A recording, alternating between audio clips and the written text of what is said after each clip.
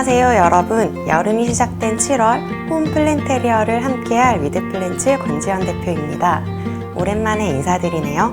지난번에 이어 인테리어와 기능적인 역할을 한 번에 해내는 새로운 홈 플랜테리어를 소개해드릴까 하는데요. 이번 홈 플랜테리어는 유황 킴벌리의 숲 가꾸기 사업으로 사막화 방지를 이어가고 있는 몽골 토진나르스 숲을 컨셉으로 잡았습니다. 유황 킴벌리는 지난 15년간 황량한 사막이었던 토진나르스 조림지에 나무 심기를 통한 숲 복원 사업을 진행했다고 해요.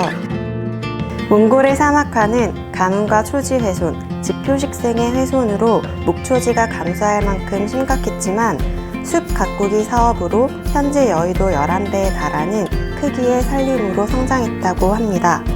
그런 몽골 숲에 식재된 소나무를 중심으로 오늘은 해송 분재를 메인으로 진행해 보겠습니다. 해송 분재 플랜테리어에 필요한 재료는 다음과 같은데요. 식물을 심을 화분과 해송 분재, 30분 정도 물에 적셔준 비단이끼, 장식용 화산석, 그리고 배수를 위한 화산석이 있고요.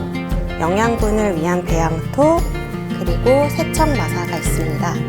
해송은 스트레스 완화와 새집 증후군, 아토피 등에 좋은 작용을 하는 피톤치드를 내뿜는데요. 나무 껍질이 검기 때문에 흑송이라고도 하고 곰솔이라는 명칭으로 불리기도 합니다. 먼저 뿌리 갈퀴나 미니삽으로 화분에서 해송을 분리해줍니다. 화분에서 오래 있던 분재는 잔뿌리가 화분과 붙어있는 경우가 많기 때문에 꼭 사전에 분리 작업을 해주시는 게 좋습니다. 화분에서 뿌리를 분리하고요. 나무젓가락으로 흙을 분리해줍니다. 가위로 오래된 뿌리는 한 30% 정도 제거해주시는 것이 좋고요. 소나무를 분갈이 할 때에는 소나무가 살아가는 데 꼭 필요한 균근 진균을 보존하기 위해서 뿌리의 30% 이상을 제거해주지 않는 것이 좋습니다. 다음은 분갈이를 할 차례인데요. 먼저 코이어 테이프로 구멍을 막고요. 배수충으로 사용될 화산석을 밑에 깔아줍니다. 화산석이 아니어도 입자가 굵은 모래나 난석을 활용하셔도 좋습니다.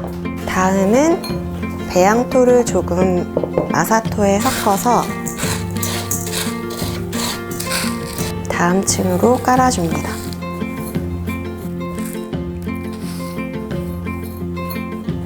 다음은 식물을 배치합니다.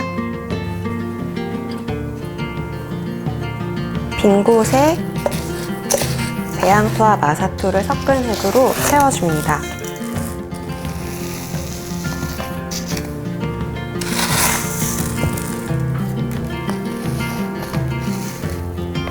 맨 위에는 다시 세척마사로 마감을 해주는데요. 마사토를 쓰실 때에는 꼭 세척된 마사토를 사용하시는 것이 배수를 빚는 데 좋습니다. 마지막으로 적셔둔 비단이끼를 사용해서 장식을 해주시면 돼요.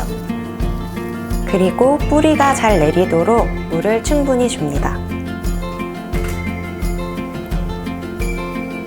귀여운 해송 분재가 완성되었습니다. 해송 분재는 아래와 위에 붙어있는 잎들의 길이와 풍성함이 고르게 분포되어야 보기가 좋은데요. 집에서 키우실 때는 내가 원하는 수영에 맞게 중간중간 가지치기를 해주시는 것이 좋습니다.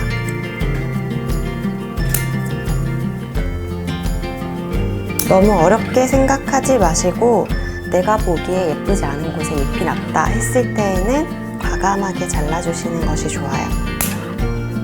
해송을 보니 몽골숲 토진나르스를 푸르게 만들어준 소나무가 생각나네요. 지금까지 실내에서 키우기 좋은 해송을 예쁘게 분재로 만들어 보았습니다. 멋스러운 작품으로 집안을 꾸밀 수 있는 해송 분재, 사계절 내내 푸르른 모습을 감상할 수 있는 해송 키우기에 꼭 한번 도전해 보세요.